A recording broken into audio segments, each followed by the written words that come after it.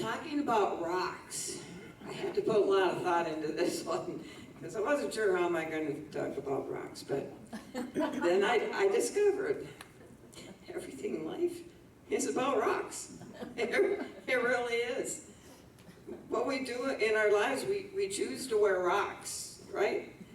There's a benefit opportunity here through Unity that I was reading about where gems and stones and beads are collected in order to give to a charity for women who assemble them into beautiful necklaces. And of course, we have these big decisions in life to make too, like, okay, what kind of countertops do I want in my kitchen? Is it Caesar stone? Is it granite? What is it?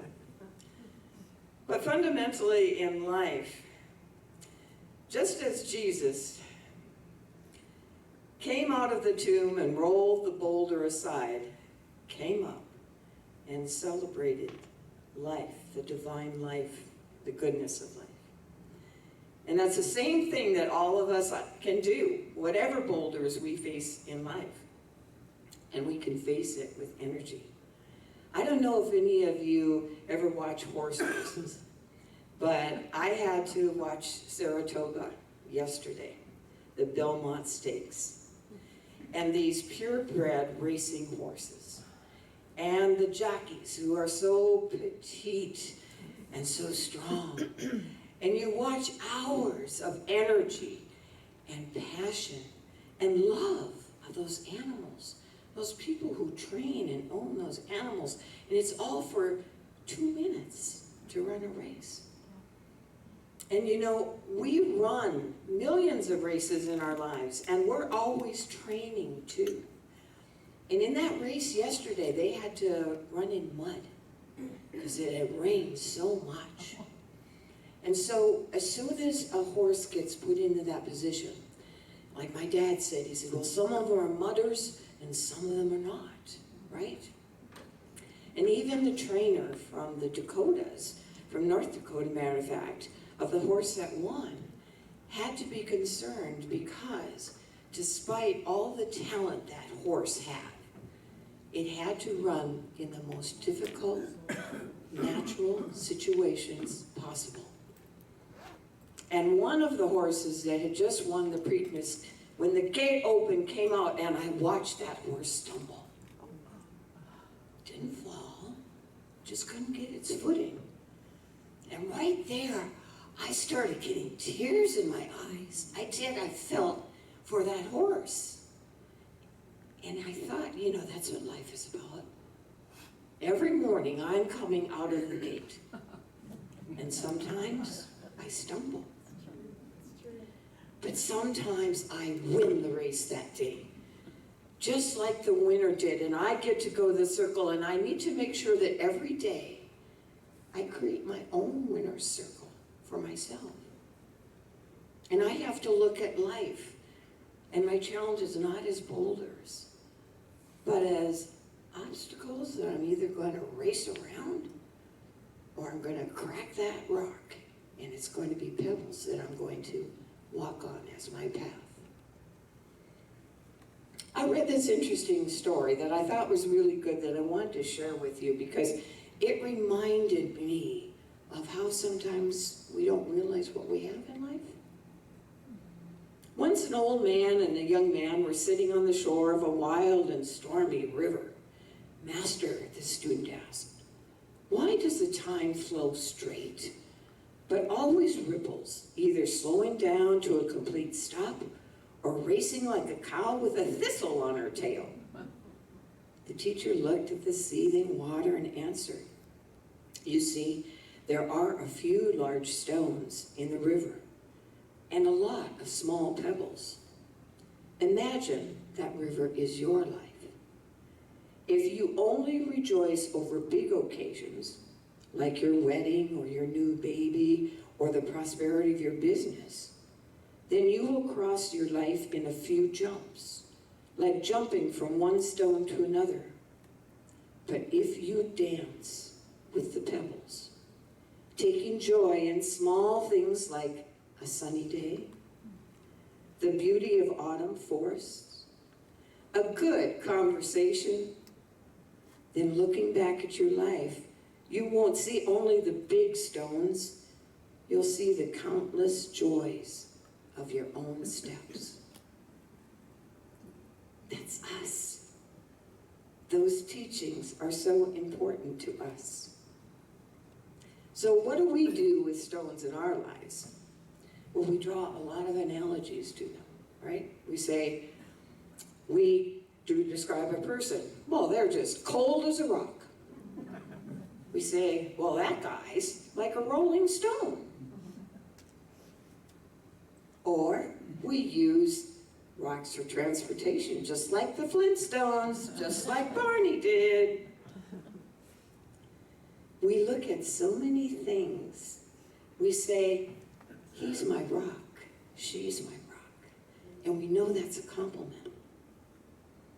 And nature has made rocks for us in so many ways for us to appreciate. Not that I'm a geological fanatic, but I have a wonderful friend who's very much into gemology. And I couldn't help but think her immediately and think about the shows that I've gone to, the rocks that I myself have accumulated, and why. The first one, the one that you see a lot, is amethyst.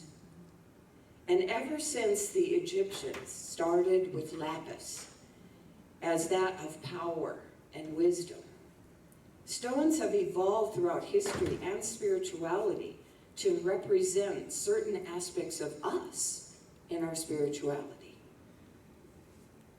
Amethyst is used in meditation to promote relaxation, reduce stress, and enhance intuitive awareness. Now, the day I was shopping, I must have been looking for that. Because when I went shopping, I came across this amethyst. I didn't go for a little piece like the one that I had in my bookcase holding up my books. I went for one that would give me a bang of tranquility. And then another day, I just said, you know, I just want a little piece. And so I had a little piece of peace, right? And it had a stratification of fool's gold in it and reminded me, don't value gold so much. Value your own peace of mind. But then I found that I've been collecting rocks for a long time. I went to my garden and I looked. And I looked at this one and I remember why I picked this rock. I picked it because it was worn and smooth, but it was just as strong as ever and would remind me to stay strong and smooth.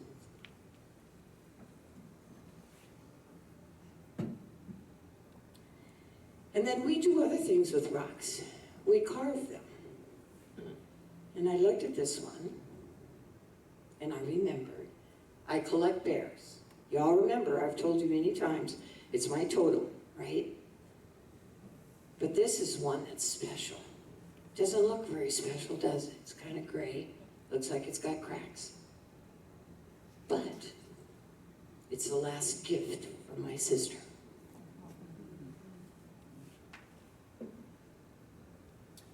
Then when I see a load of rocks, sometimes, I shouldn't do this, but they'll be around bushes someplace, right? And I know it's stealing to take a rock. But I couldn't resist this one. I couldn't resist it because it's beautiful, smooth quartz. And it reminded me on the farm that when I was a little kid, when I needed to be occupied with something, when my mom and dad were tired of having me around, they had told me about rocks. And they told me to go to the gravel in the road and pick out all the quartz I could find. I never found one this big, but I had a lot of quartz. So rocks have always been a part of life. And then a dear friend that lived here in Denver but moved out to Philadelphia on her last visit last summer gave me a beautiful gift. She gave me a collection of all the rocks that she knows that I collect in one string for me to carry with me, and with the tree of life at the top. So rocks can mean a lot. They can tell a lot of stories. Another rock that's very important is, as I said, quartz, because it has a high frequency of energy. You can amplify the effects of meditation. You can sharpen focus, and you can deepen the connection to the divine. And I remember at another show, a show that was shortly after my mom passed, and I picked out this crystal. This carved crystal of purity has given me so much joy. And matter of fact, in a church exercise that I belonged to, we were trying to find our minister, and I brought this to the center of our divining to find our minister. We had our minister the next week. It isn't that the rock is the power. We are the power. When we focus, and that's what rocks let us do. The boulders in our lives lead us to focus. And we realize when it's an obstacle, and we need to think about it, we need to pray about it, we need to meditate on it. Because it's that bit of changing our thinking changes our lives. And the rocks help us do that. And we know that. Now there is another quote that I really like that I'd like to share with you. And it comes from Myrtle Fillmore, as a co-founder of Unity. And she says, all new experiences that try your faith are just opportunities for you to make the good manifest. Best of all, these experiences are the stepping stones upon which you are progressing to more advanced things. They cause you to quicken, awaken, and bring forth into expression more of your innate capabilities that are awaiting your use. And I thought today would be a good time to awaken ourselves a bit. So I need to, number one, confirm. Does everyone have a rock? Did you all get one when you came in? If not, just take a moment, go get one.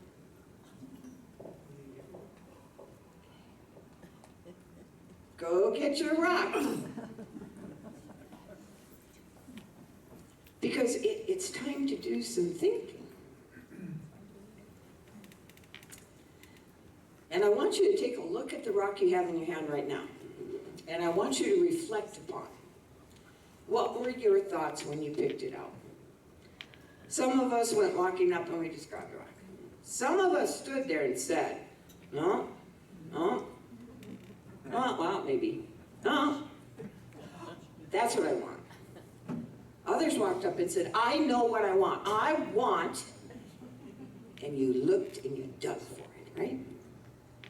So what I'd like you to do now, if you would accommodate me, is I would like you to find your partner, not your significant other, and I want you to go up to another person and explain, tell your story about why you picked that rock, about the rock and the word. Just share that. Let's just take a couple minutes to do a little sharing.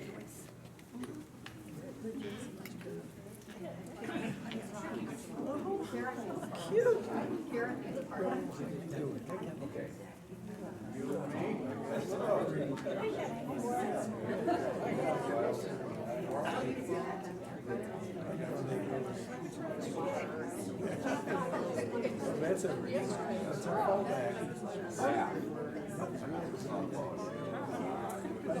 Story. I do have of course,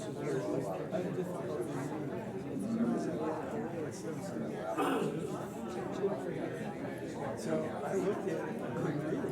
So And this is the one.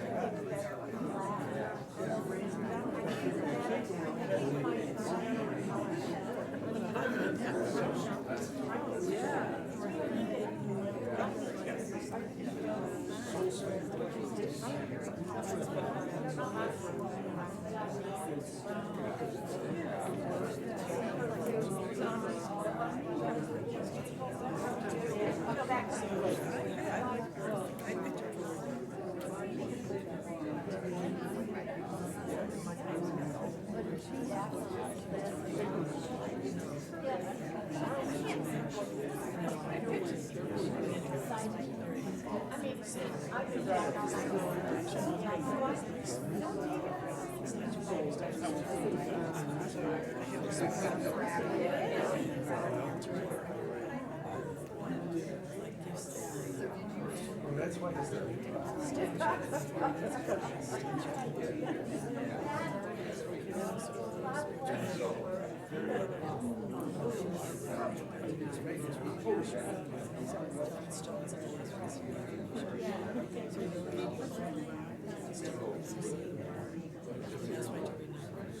Well,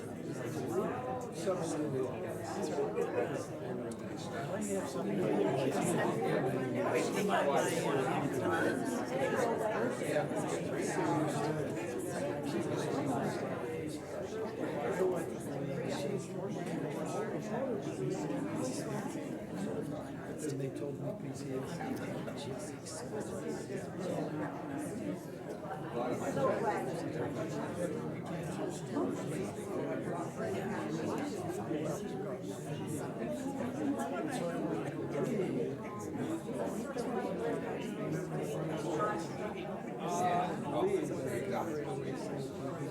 Now, just have that closing comment for our social interchange.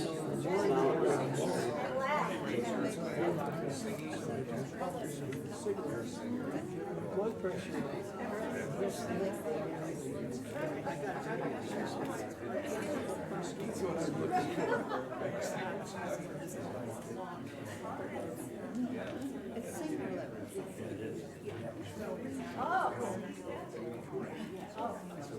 So, would you like to know what rock I selected? Well, even if you don't, I'm going to tell you. I chose You Rock. And all of a sudden, it put this song in my head. Rock me gently, rock me slowly. Don't you know that I have never been loved before? Now, I don't know if you're any of you from that generation, but that was a popular song. No, I may not have gotten the tune right. You guys forgive me. But it's what was playing in my head and my heart. And it's a reminder to me, and it should be a reminder to everyone. You all rock. You're all God's perfection. Divine created you. You are part of this energy in this universe. And whatever rock you chose, hold it dear. Let it remind you that today, that was the rock that you chose. I heard several people saying, I want joy, I want joy. Oh, I'm looking for peace, I'm looking. Whatever you were looking for, that's what your heart longed for today. So keep it close to you, okay?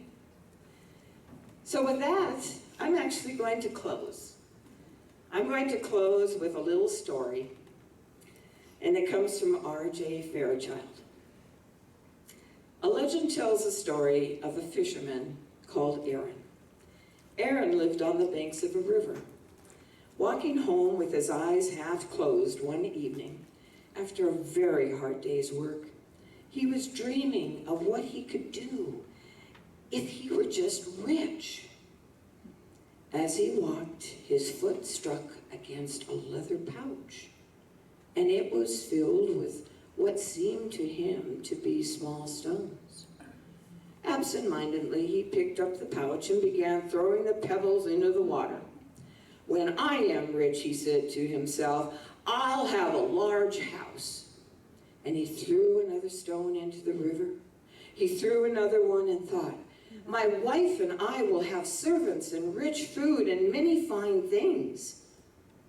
And this went on until just one stone was left.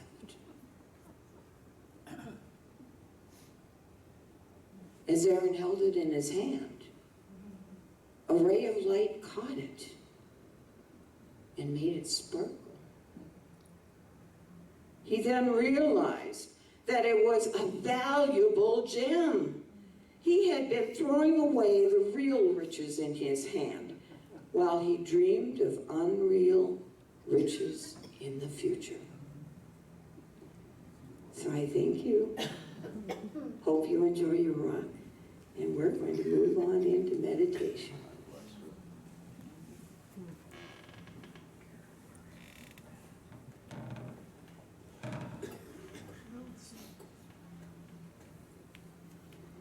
Relaxing into the peace of just the subtle cast, just as if it's right before the evening night.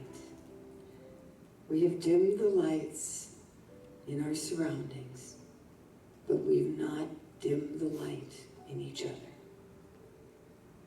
And the light in you shall transition now into a few minutes of peaceful meditation, the time for you to feel and to know that you are a beautiful, perfect child of God.